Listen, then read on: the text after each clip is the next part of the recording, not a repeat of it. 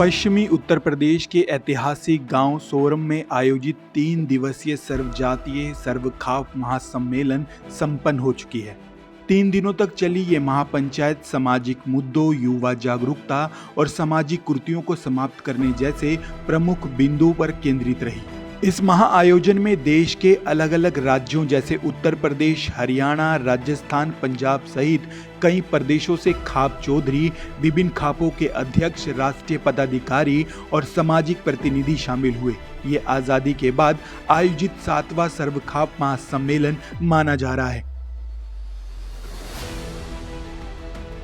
आपको बता दें कि 3 दिनों तक चली इस महापंचायत में कुल 11 बड़े प्रस्ताव सर्वसम्मति से पास किए गए, जिसमें मृत्यु भोज पर रोक लगाना, दहेज प्रथा का पूर्ण बहिष्कार, युवाओं को नशों से दूर रखना, लिव इन रिलेशन पर चर्चा, अंतरजातीय विवाह पर रोक, महिलाओं और युवाओं की भागीदारी को देश के विकास में बढ़ाना, गौ हत्या को रोकना, शिक्षा पर फोकस, पर्यावरण संरक्षण, भ्रूण हत्या को खत्म करना और महापंचायत को हर 10 साल में दोबारा आयोजित करने जैसे 11 बड़े फैसले लिए गए।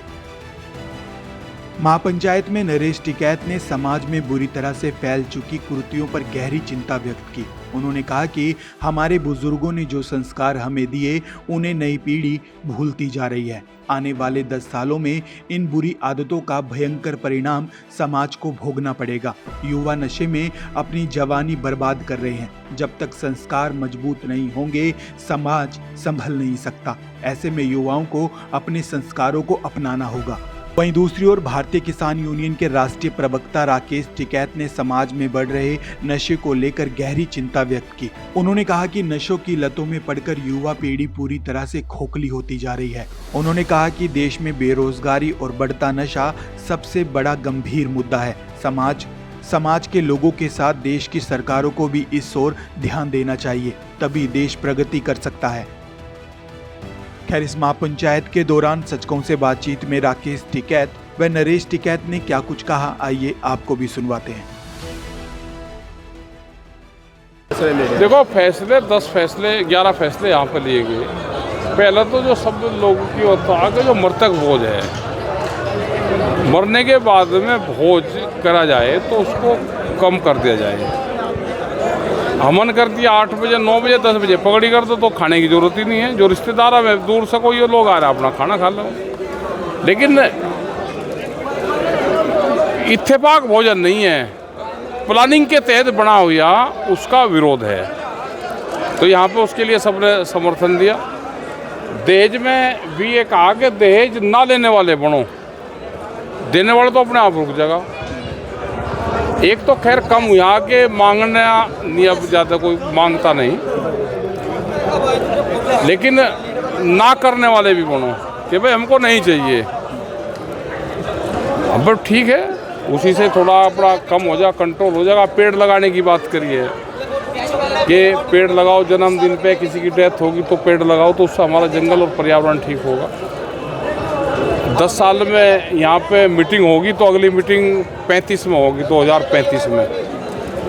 तो जिससे जो युवा है, बच्चे हैं, यहाँ की गांव की परंपरा है, आपस की क्षेत्र की परंपराएं हैं, तो उनको पता चल जाए कि सर्वखाप का जो मुख्यालय वहाँ पे होगी। एक जो प्रेम विवाह है उसमें माता पिता की सहमति जरूरी, ये कहा है कि जो दूसरा और चल रहा लिविंग रिलेशनशिप और बड़ी बीमारी है, कानून बना दिए इस पे,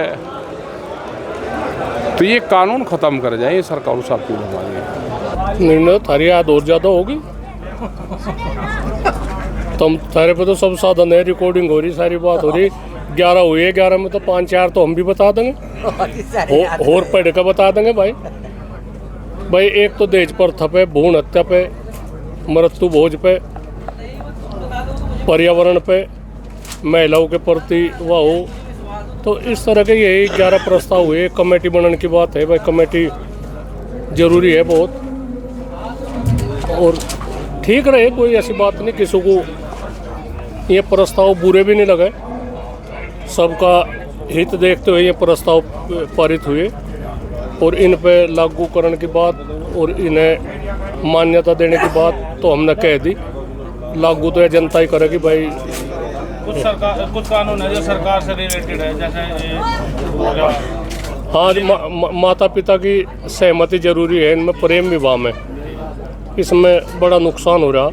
ये प्रेम विवाह तो कर ले, परिवार बर्बाद हो जा, उन्हें जो सामाजिक उनकी वह है प्रतिष्ठा वह बिल्कुल ख़त्म हो जा। तो उनके ध्यान रखते हुए हम तो माननीय सुप्रीम कोर्ट से यही विनती करे भाई, रिक्वेस्ट करे, इस तरह के वो ना करे, परिवार बर्बाद लग रहे हो, कोई भी काम ऐसा ना करे। माननीय सुप्रीम कोर्ट मानेंगे तो उनकी हम ही, पर में कोई भी प्रस्ताव ऐसा पास ना करे जिससे समाज में एक तोड़ फोड़ हो। और हरियाणा में हो लिए कई नुकसान हो लिए, वहाँ कोई जेड़ भी काट या, तो हम यह चाह सभी ठीक ठाक रहे और ऐसे प्रस्ताव माननीय सुप्रीम कोर्ट ना करे।